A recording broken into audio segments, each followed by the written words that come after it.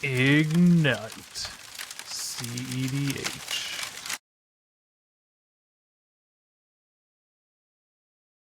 Welcome to Ignite CEDH, where we start the conversation for Canadian CEDH. My name is Joseph. I'm Kevin. And we're just going to start a chat. How are you, Kev? I'm doing all right. Yeah. Been a couple of weeks since we were on. I keep wanting to call it GP Toronto. I know it's not a GP. It's the Spotlight Series Toronto, the CEDH Canadian Championships they had. That was very fun. Saw a lot of people I don't normally see, so it was good. Yeah. Yeah. Couple weeks back, so at this point it would be 2 weekends ago if this comes out tomorrow. Filming on Thursday. We did Spotlight at Toronto, which is a Wizards run kind of convention. They did a huge CDH tournament for our area, which is 128 players. Both of us barely missed Top Cut. Yep. All three of us barely missed Top Cut. But I got 21st overall, so I'm happy. Like, it's not unreasonable. We all did. I think I was the lowest at 35th or 38th, something like that. So we all did pretty well. Andrew and I both played win and ends in the last round and lost. But it is what it is. You know, if you told me going into the last round that I would be playing a win and end, I'd have no complaints. If you told me, yeah, exactly. Right? Yeah. So I think we all did pretty well. I definitely felt like I probably should have mulled more aggressively game one. That was like an easy game to win. My opponents literally did nothing for a long time. And I just kind of wasted that opportunity. And that could have put me into the running, but who knows what the games would have looked like afterwards. Yeah, I had an interesting run. I started out 1-1. Faced 2 counter-hits in my first spot, actually, which I bet you were pretty jealous of. One of them seemed a little newer to CDH, but they were all like good people. It was a good time. We drew. Sorry, it wasn't 1-1. It was a win and a draw. So we drew round 2, round 3, and it's me, another blue farm player, a deck that had white in it was in seat 1. And I can't remember the third player. Anyway, they're fighting over a Vampiric Tutor with a Bowmaster on the battlefield. The gentleman controlling the tutor says he's going to get a Wheel of Fortune. They decided to fight over the tutor instead of the wheel, which is fine. Probably not the place you want to interact, is you let them get the tutor and then you interact with the wheel. But it's all right. And it turns out to be just a blowout play where Seat 1 uses Unwanted Remake. Destroy target creature is control or manifest dread on the Bowmasters. The other blue farm player doesn't have anything to stop it. He manifest dreads, confirms that he can flip it up at any time, as if it's a morph, and then puts a demonic consultation into his bin. The turn goes on, and he says he's not going to win this turn. They let him tutor. He gets evidently already had a Final Fortune, but ends up winning. But while they're interacting with the Final Fortune, he flips up the card and it's a Hexing Squelcher. The one card on top of his library was the Hexing Squelcher. We all lost our mind. It was a really salty game for me, I'm not gonna lie. I got blown out super early. I was basically a non-factor, but seeing that made it worth it. Absolutely. That blue farm player ended up going on to win the game. And then the winning in round 5 was actually against one of our good friends, Mateo, on Yuriko. We also were Rogthras and I think Ral. The Ral went for a turn 2 win and was stopped. They just kind of ran out of gas. Jessica's will hit 3 cost reducers and no card draw. So it happens. And then it's very late game. We're almost going to time, 10 minutes from time. And I'm making a push. I have an Underworld Breach on this deck, and I've fought off a couple of counter spells. And there's one more card draw with Heuristic Study. And the player had said if I draw a blue card, I can counter it. Well, what does he draw? He actually draws another counter spell with it. So he counters it, and I had the mana to pay, and I didn't because it was gonna be a really tight breach line that I might have needed the mana for, rather than exiling 3 extra cards to another LED. If that had just resolved, I had the active negation in my graveyard because obviously he would have drawn more cards. I can't pay for all the Ristics, right? But I would have had the pact of negation in the fight, and it just didn't get there. Yuriko ended up taking it and going to the into the top 16, but it was a really good weekend. Really glad at least one of our friends got top 16. Congrats to Mateo.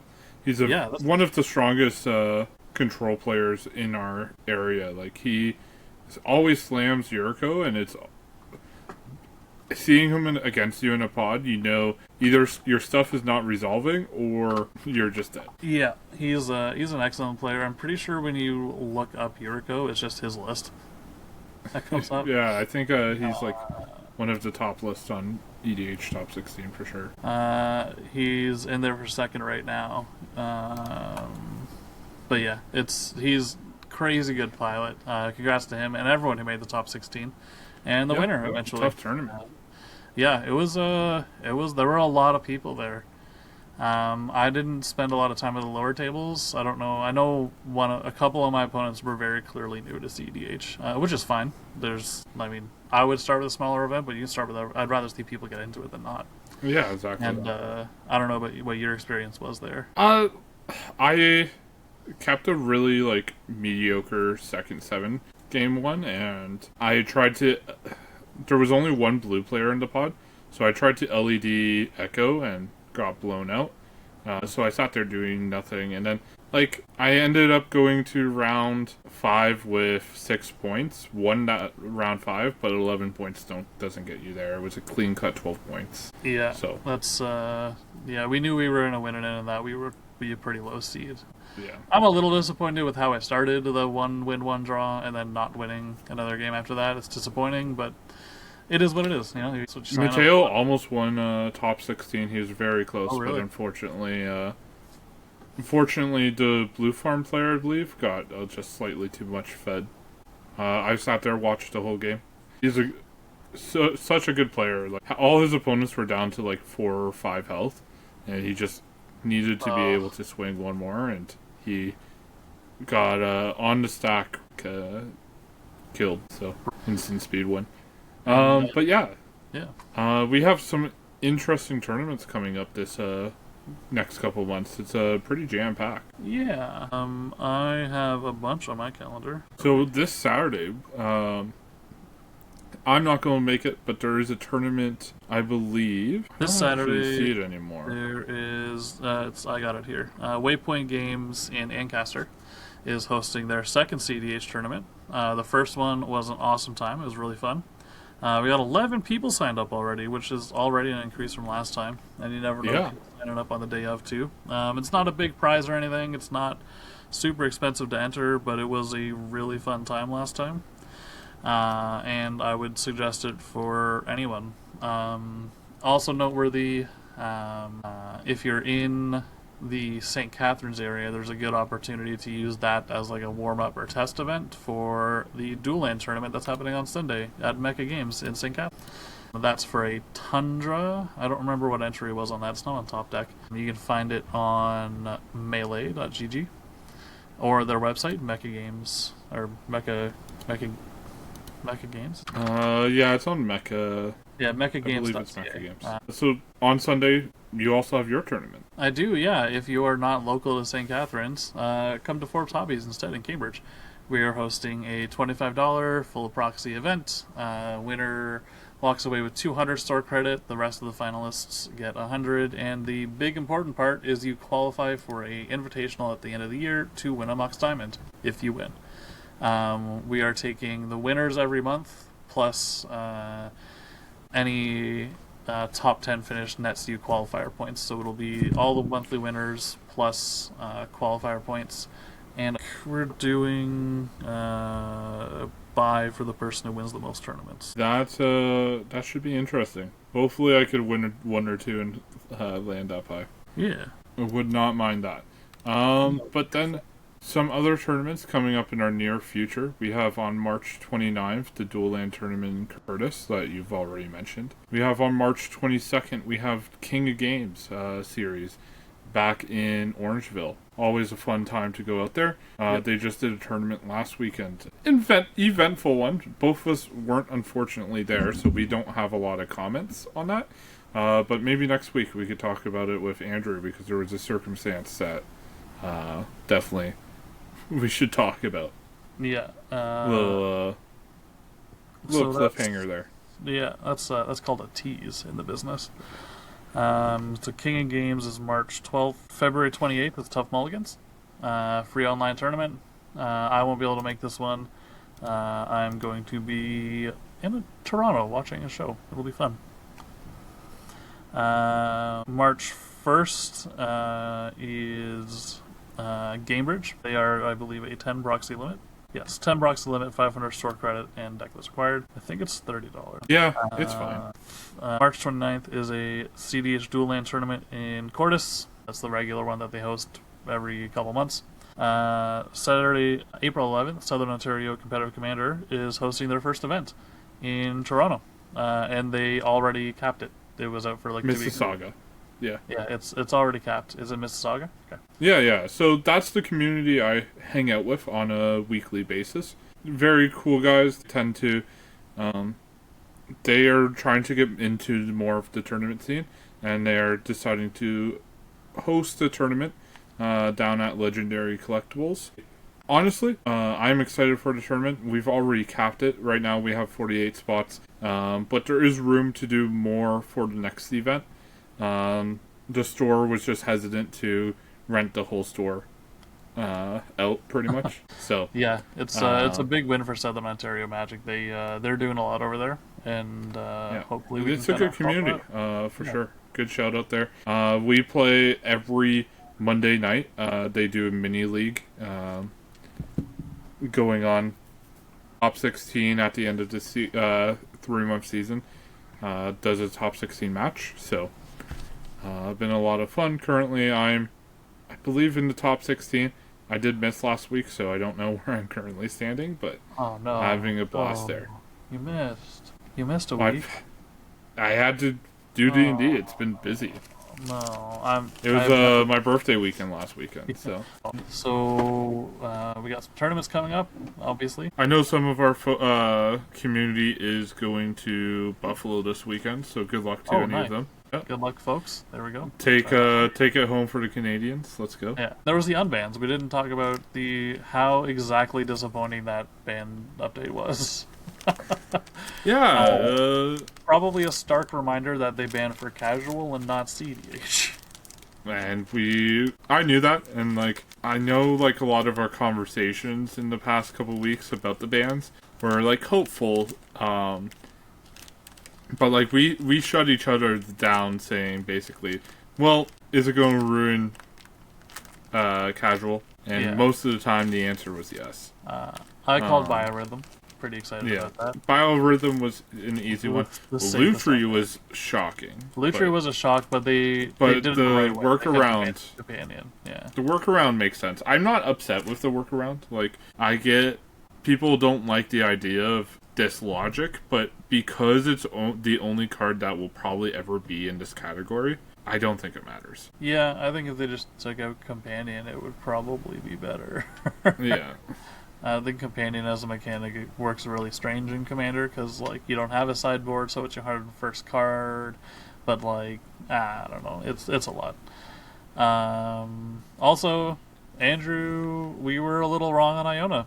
Andrew kind of nailed it. They're looking at unbanning Iona, which is crazy. I don't think they'll get community. I think they'll get. I don't think they will actually do it, but they thought about it, which definitely. Looks like on the announcement, Thoracle's not going to be banned. I don't think they're going to consider banning that. And I just bought a foil Ristic study because they were like, doesn't seem like it's an issue. Yeah, so looks like a lot of the cards in CEDH are safe for the near future. Yeah, it should be definitely interesting. I know, like, Hexing Squelcher to me has been not as big of an issue as I initially thought. I still think it's going to be an issue. I just don't think it's as good as in the decks that I thought they would be. Yeah. Like, I know Rogsai and Rouse are already cutting it. Really? Yeah, if you look at Dexter, which is one of the best Rogside players in the world, he doesn't run it. It's just our mana is so limited, and we are trying to pull off like such an early turn win that it's hard to kind of make it fit into our game plan. Part of what the turbo decks do is they're just saying either you have it or you don't. If you have it, I'm going to lose anyway. Playing a 2-mana creature is just going to slow me down and give people more opportunity to have it. Exactly. Playing faster means you're not going to draw cards. You might not get down Aristic if you don't see turn 2. Yeah. Right? I still think it's a huge problem in decks like Katali and Rogthras. Yeah. That's where I think it's going to be a lot more prominent. I just haven't been able to really get games in against them. I only had that one come up against a Squelcher, which was such a sick play. I still can't believe that. But it hasn't stood out in any of the games I've played it. It's been like when it comes down, especially as with Blue Farm, it's warping. When I'm on Blue Farm. I know Datatog has been kind of tracking the weeks after Squelcher. Yeah. On X. Let me see if I can pull up some statistics here. Well, I've been following his stuff. I've got a small handle on it. It does seem like it's increasing win rates of decks, or decks that are playing it are seeing better win rates. The only thing I'm not familiar with is P value. Maybe point value, like how many tournament points it generates. That can't be right because that would be maybe. So overall, does he have an overall number? No, he doesn't. I'd like to there's a win rate delta, which is like the but that's per. I'm like, is there one with like all decks? And I know that's kind of it's just an easy statistic to look at and say, is this good or bad? But looks like it's performing best in Terra Magical Adept. That's the 5-color soup. It's actually doing decent around Rogside. I'm going to actually pull this up as a screen share so I can just highlight the things that I need to. Yeah. 1 second. It's actually shockingly low in the decks that I just named. I think I'm just completely wrong there. So, just if you're wondering how to read this graph, this is an inclusion rate, how many decks, the percentage of decks that included it. This is the number with and without, which if you work those out, you get the percentage. Win-loss draws with and without, so you can calculate the win rate with and without the card in. Win rate delta is the change in that win rate. The change in the win rate will be how effective, in theory, that is at getting you wins. There's a lot of factors that go into this. We don't know game in hand win rate. We don't know a lot of things, but it's almost impossible to know that. These are for 30-player events since Lorwyn are released. And you see you have positive impacts in almost every deck that's running it. We get -4. We're about even in Blue Farm and Atali. Little about even in Rogthras. Magda hates it. Yeah, Magda does not want this card apparently. And Vivi also, kind of shockingly, does not like this card. Yeah, massive win rate loss with Vivi. And this isn't even this is a very large sample size for CEDH. You see Rogthras has 5, 6, 7, 8, 9, almost 1,000 entries. Probably like 950 entries there with it. And Rogside also has like almost 1,000 entries as well. That's what I said. Oh, you said Rogthras. Oh, did I? I meant Rogside. Yeah. Thras, you're looking 600, 700, 800 about. 800-ish? Yeah, this is, shout out to Datatog. Excellent follow on X. I've been following them for a while now. Their data is super useful. You can see it on the screen if you're listening at DATATOG on Twitter. Yeah. They have win rates for a bunch of different decks. A bunch of different cards. They break down inclusion and non-inclusion. For just even anything, Undercity Sewers and Starting Town. Again, we can't verify that these cards are win rate in hand. That's a big thing. Is did you draw it, play it, and win the game? They also did it's impossible to track formidable speaker one. They did. big impact in Rogthras. Everything else is like mediocre. Yeah, it's like a mid card everywhere else. Some places Yeah, it's and not good, some places I think it's that's good. pretty much what I predicted. I was like, I didn't think it was going to be a great card. It's a really good card in one deck, which is fine. There's time actually isn't listed here, so probably just didn't. I'm wondering if he has if they have a threshold where they. They probably just don't have a lot of entries. Maybe. Yeah, it probably didn't hit the threshold, or maybe it was just not played in it. Not sure. Yeah, it's also Time isn't like a very largely played deck either. But yeah, Data Talk, great follow. No, it's been a good time. I can't wait to actually play a tournament. Skipping a week is unusual for me, especially when there's a tournament. So I'm just glad I could get back into just the things, and hopefully I could take down your Forbes tournament. Yeah, I mean, I hope my friends win, but I'm gonna know like almost everybody there. We have 16 people registered so far. It was like 10 going into this week, so we're really starting to see a lot of registers come up. Get your spot if you're worried. And yeah, hopefully you win a Mox Diamond. That'd be sweet.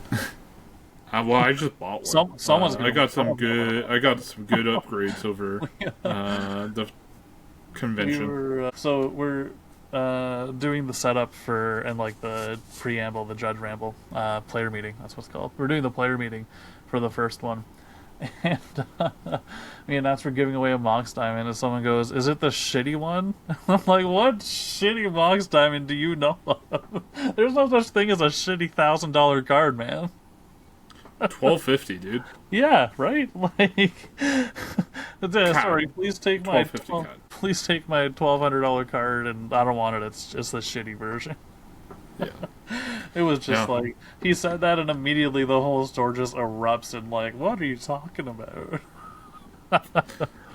To be fair, the owner of the Forbes does have quite a bit of just Mox Diamonds. That's like the weirdest thing he has. Like he just has 5 sets of From the Vault Abyssins or whatever, Angels. Jeremy's collected a lot of things over the years. But he got the Mox Diamonds when they were like way cheaper. So for him to put up a Mox Diamond, and that's kind of the benefit of owning a store, right? Is you can like if I were to put up a Mox Diamond, it would cost me $1,200. He bought it 10 years ago, 15 years ago at whatever price they buy at, and it just hasn't moved. So why wouldn't you use that to generate profit, generate value somewhere else? Now you're going to get people in the store playing. Makes a lot of sense.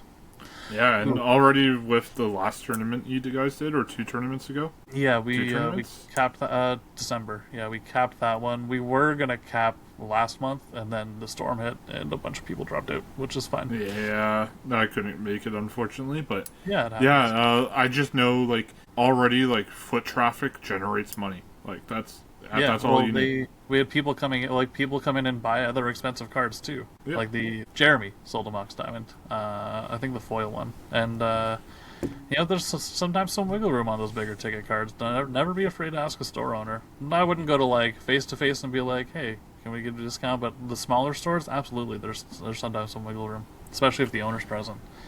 Turns out they want the money lining their pocket and not yours. It's funny. Yeah. Yeah. No, do you think not banning was a mistake? No. I think the people are going to harp on, like, oh, we have a Ristic study, we have, like, Thassa's Oracle is an oppressive win con. No, it's not. Because the Thassa's Oracle is an efficient, effective win con. It's good. Obviously, it's good. We all play it. But whatever win con you take out, you're gonna just have another win con that's probably gonna take a longer time to set up. Probably gonna have more like game actions. I think having a good concise win con is a boon to the format, not a detractor.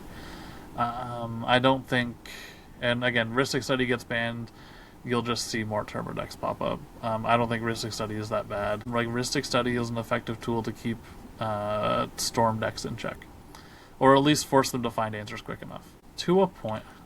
Go ahead. To a point. I'm going to jam into a Ristic Study, and I'll probably still statistically win on RAL. Sure. Unless they're a blue farm holding up a white man and his silence early. That's just like the only thing I'm ever scared of. But the point is, like, CEDH is in a really healthy way right now. You look at the top decks, there's a lot of Diversity, variety and diversity at the tables. Yeah. I mean, Yuriko top 16, 128 person event 2 weekends ago. Yeah, it's... Who would have bet on that, right? No one. CEDH is in a really good place right now. I don't think there's nothing. Mouse from Wanderer also did like decent at that event. Yeah. Unfortunately, it was on Spice Rack, so it's like we don't not have recorded and no deck list required. It was stupid. Yeah. It was. I didn't like how the tournament was necessarily ran. Yeah, I talked to the judge that seemed to be running it, and he. So they told him that they could have switched to top deck, like when they had Charles Spice Rack, the CDH event the day prior, and they chose not to, which I actually support, because how are you going to get 128 people? Now, most of us probably have top deck already, but there's definitely people who went there, signed up for Spice Rack, like they don't have top deck. You can't sit there and be like, okay. No, I wouldn't have done it last minute. I just hate the decision. But I think next time they host this, they're gonna be running it at on top deck. Like they did it almost 2 years ago, a year and a half ago when we played. Yeah, it was on top deck. I wish it was top deck. No deck lists, also kind of bummer because now we just don't have data. Yeah, the data from this event would have been really nice. This is that's a major CDH event. Like a major CDH event in Canada. Even on a North American scale, that's we had people come out from Calgary, Nova Scotia, come up from the States. Like there's major people here. Yeah, Sam Black was at the he was at the Spotlight, not the CDH tournament, but he came out to Toronto to do the Spotlight. It was a major event. Yeah, it was a good time though.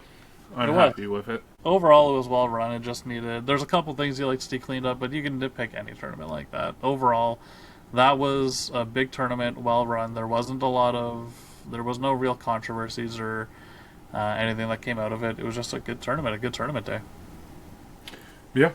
Too bad we just couldn't play a little bit better or get a little bit luckier. Yeah. But... Oh well. It is what it is.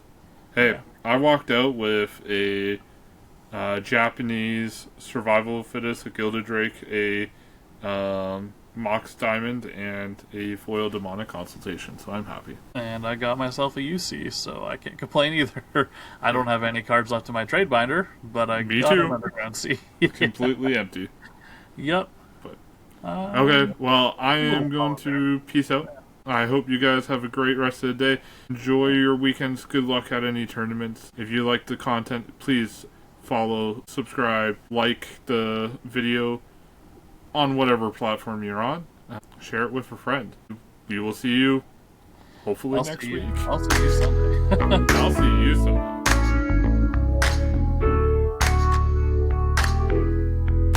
How was it? Yeah, the trip was good. We went snowboarding at Blue Mountain. A lot harder than it definitely seems. Like we're really new to it. That was our 4th time total. Yeah. Honestly, like we've never even done a chairlift until Blue Mountain, and that was definitely an endeavor. Only fell on the getting off the chairlift. Going down the hill was pretty smooth. Do we have any questions that we kind of want to end off with? This is a pretty short episode. We're just really busy people, and Andrew unfortunately couldn't make it this week, so... I'm not that busy of a person. Well... I played Bellatra for like 7 hours yesterday. Oh my God. Yep. I was actually free yesterday. My dentist got canceled, and I forgot to mention it to you. Oh, that happens. Oh man, Bellatra's so good. Oh yeah, I love playing Bellatra.